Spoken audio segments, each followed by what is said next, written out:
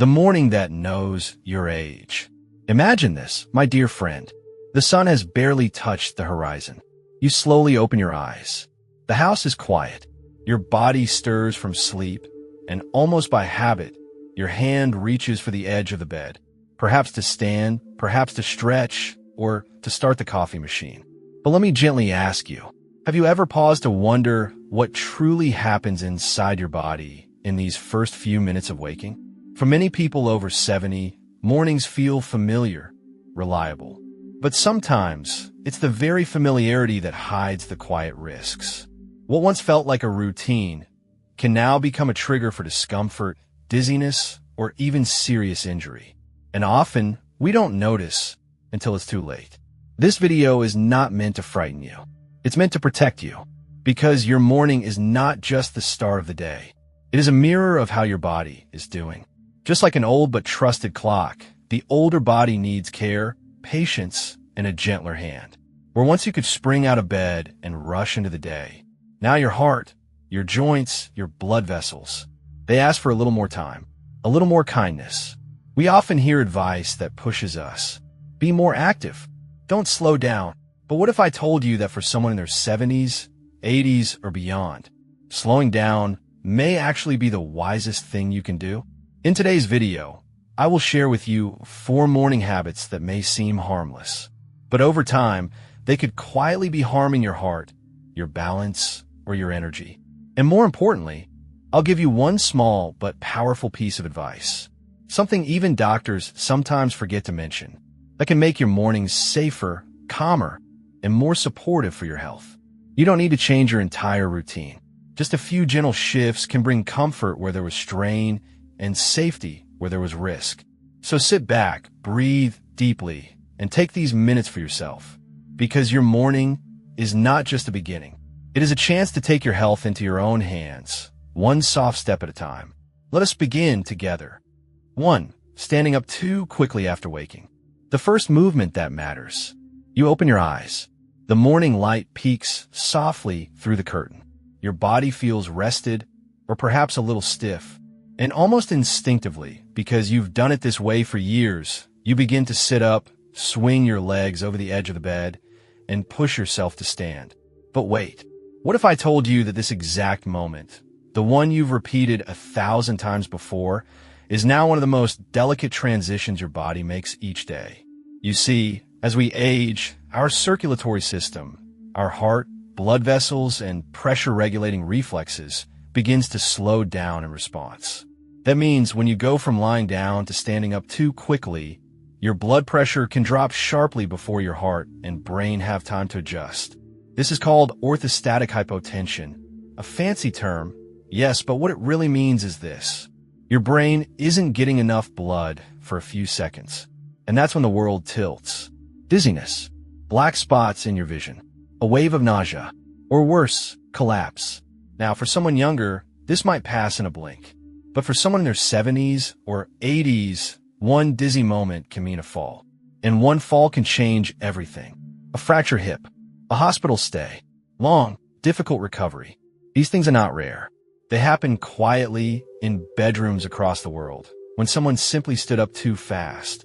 But the good news is, this is one of the easiest risks to prevent.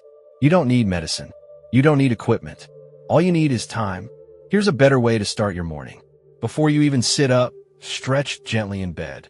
Reach your arms overhead. Roll your ankles slowly. Feel your body waking from the inside out. Then, take 3 deep breaths. Not rush, just soft, slow inhales. Let your lungs expand fully, like opening curtains to the morning. Next, roll to your side and use your hands to slowly push yourself into a seated position. Let your feet dangle off the edge of the bed. Stay here. Wait for about 30 seconds. Notice your breathing. Notice your balance. And only then, when you feel steady, slowly rise to stand.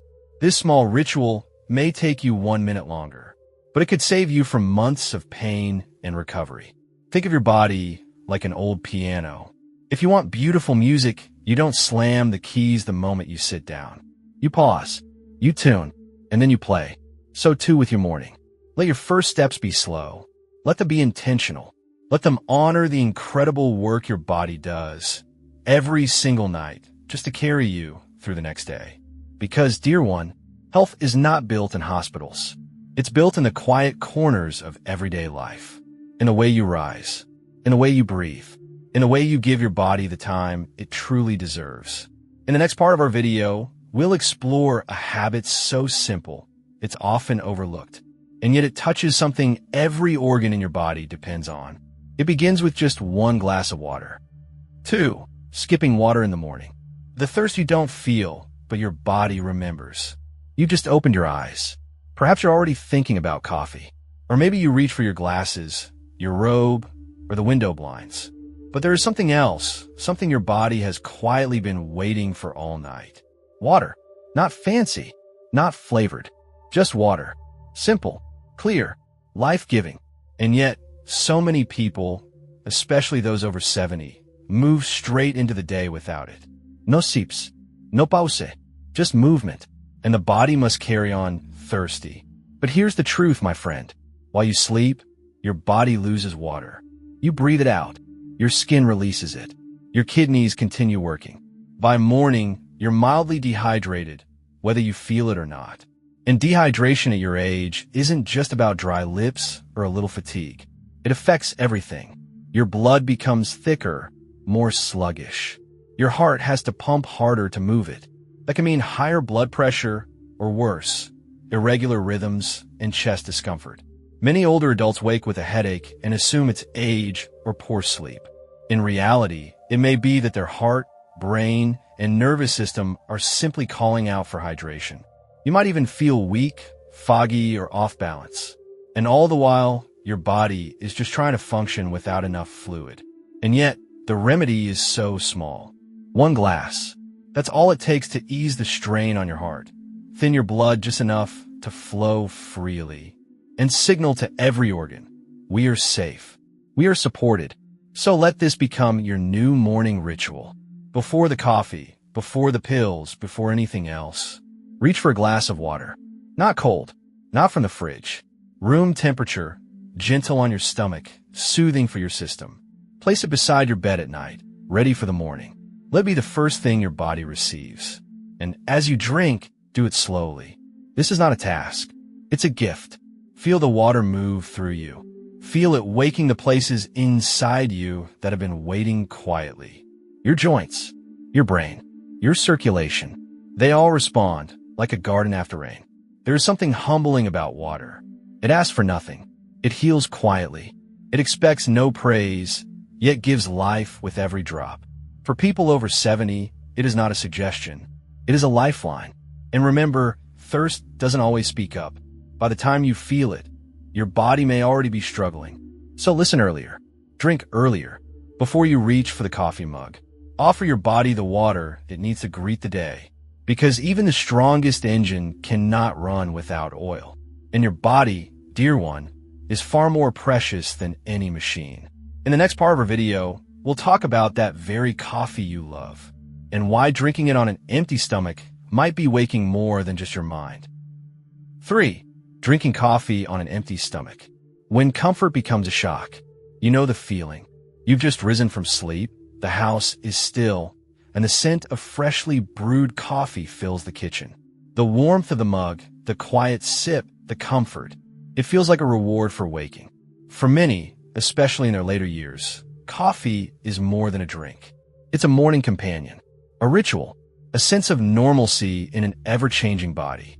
But here's what most people don't realize.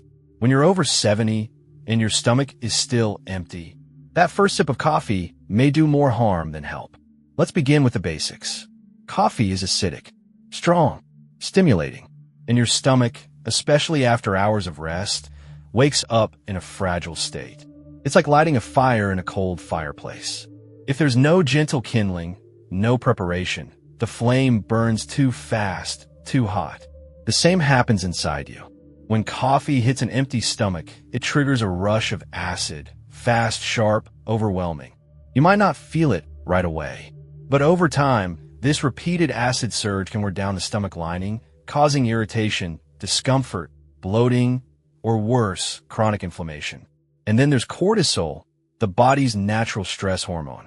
In the early morning, your cortisol levels are already at their peak. It's nature's way of helping you feel alert after sleep. But when you add coffee on top of that, it's like shouting into an already noisy room. You flood your system with even more stimulation. The result? Increased heart rate, jitters, anxiety, a sudden energy spike, followed by a crash that leaves you more tired than before. You may think, it's just one cup. I've been drinking it for years. Yes, but your body today is not the same as it was 10 years ago, or even last year. The stomach becomes more sensitive with age, the nervous system more reactive, the heart more aware of pressure and pace. So what's the alternative? Do we give up coffee? Not all, dear friend, but we respect it. We prepare the body for it. We create a cushion, a gentle buffer. Here's what you can do. Before you pour your morning brew, eat something light. It doesn't need to be a full breakfast. Just a slice of toast, half a banana, a few crackers, or dry biscuits. This small step softens the stomach, stabilizes your blood sugar, and slows the release of acid. Then, when your body is ready, enjoy your coffee. Fully, slowly, without harm. Let it be part of your ritual, not a rush. Let it warm you without burning you from the inside. Let it serve you rather than steal from you. Because habits, dear one, aren't just about what we do. They're about when and how. In this third habit, we're not removing a pleasure. We're restoring its wisdom. And when your body feels heard, when you honor its quiet needs, you'll notice a difference, not just in your digestion, but in your energy, your mood, your peace. In the next part of our video, we'll talk about something we often brush off, but your joints never forget. Let's move into the truth about stiffness and what it's asking from you. 4. Ignoring morning stiffness. The body's quiet request for movement. Before the sun rises fully, before the kettle boils or the news begins to hum, your body sends you a signal, a message wrapped in heaviness, tightness, or the quiet ache of still joints. You sit up in bed and notice it. Your fingers feel thick. Your knees slow to respond. Your shoulders seem almost frozen in place. And you think, I'm just getting old. This is how it is now. So you brush it off. You go straight into the day, hoping the stiffness will shake off on its own. But here is what I want to gently remind you. That stiffness is not a punishment. It's your body saying, wait, I need a little help today. I've carried you for many years. And now, I need you to meet me halfway. As we grow older, the joints begin to lose their natural lubrication. It's like an old door hinge that hasn't been used in a while. Not broken, but needing a few drops of oil before it moves with ease. The fluid between your joints thickens overnight. Inflammation may settle in as you sleep. Your muscles, too, have rested and now wake slowly, cautiously. If you move too quickly, or not at all, you may end up feeling sore, stiff, or even in pain for the rest of the day.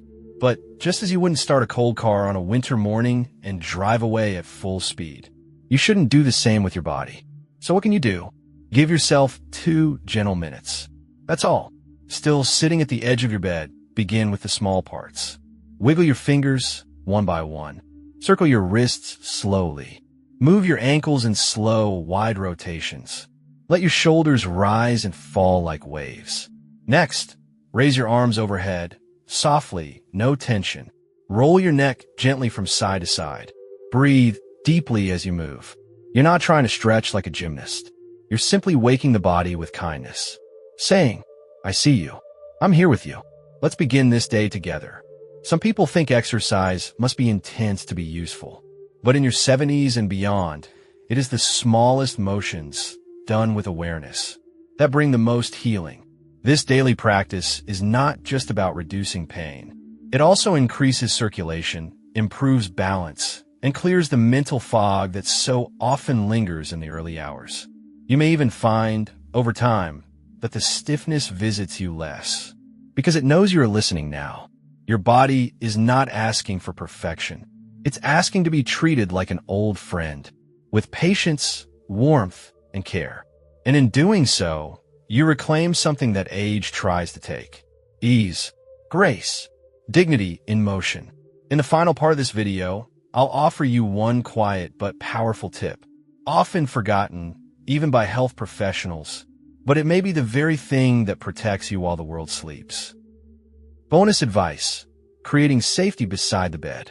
Where the most dangerous accidents begin. We often think of danger as something that waits outside. A slippery sidewalk, a crowded street, a misstep in the market. But the truth is far quieter. For people over 70, many of the most serious injuries happen just a few steps from the pillow. Yes, right there beside your bed. It happens in a moment. You wake in the dark. Perhaps you feel the urge to visit the bathroom or check the time. You swing your legs down, take a step, and then something's there. A slipper turns sideways, a bag on the floor, a cord, a shadow, and just like that, your balance slips away. You fall, and everything changes. A fractured hip, a bruised rib, a long stay in hospital, not because you were careless, but because no one ever told you that your bedroom should be treated like a place of medical care. Because for someone in their later years, safety is not just about avoiding risks. It's about preparing the environment before the risk ever comes. So let me offer you this gentle, vital advice. Tonight, before you go to sleep, look around your bed with new eyes. Not as someone who's managing, but as someone who deserves to feel safe always. Here are 3 things I lovingly recommend. Soft, automatic light near the bed. Whether it's a plug-in night light or a sensor lamp that glows when you move. A small source of light can prevent a large disaster. Never trust the dark with your balance. Clear the floor completely.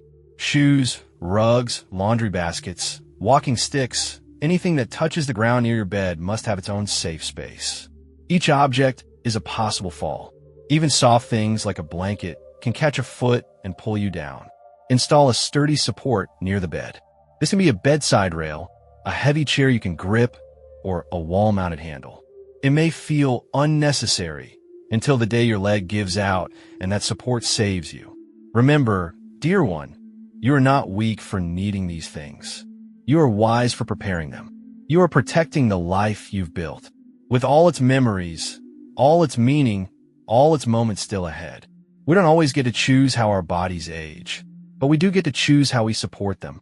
And if this small act, clearing a floor, turning on a light, placing a handrail, keeps you safe one more morning, one more year, it is not small at all.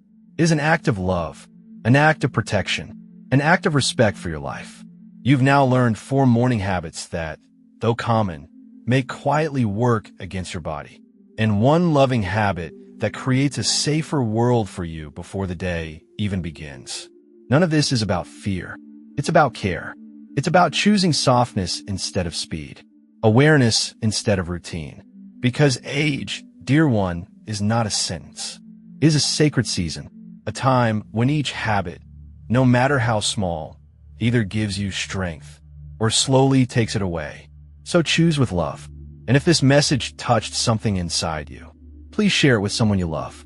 A parent, a neighbor, a friend who rises slowly each morning and may not know that they are not alone in this journey. And of course, if you'd like more gentle, life-affirming guidance, you're always welcome here. This space is for you. Subscribe, care for yourself, and care for those beside you.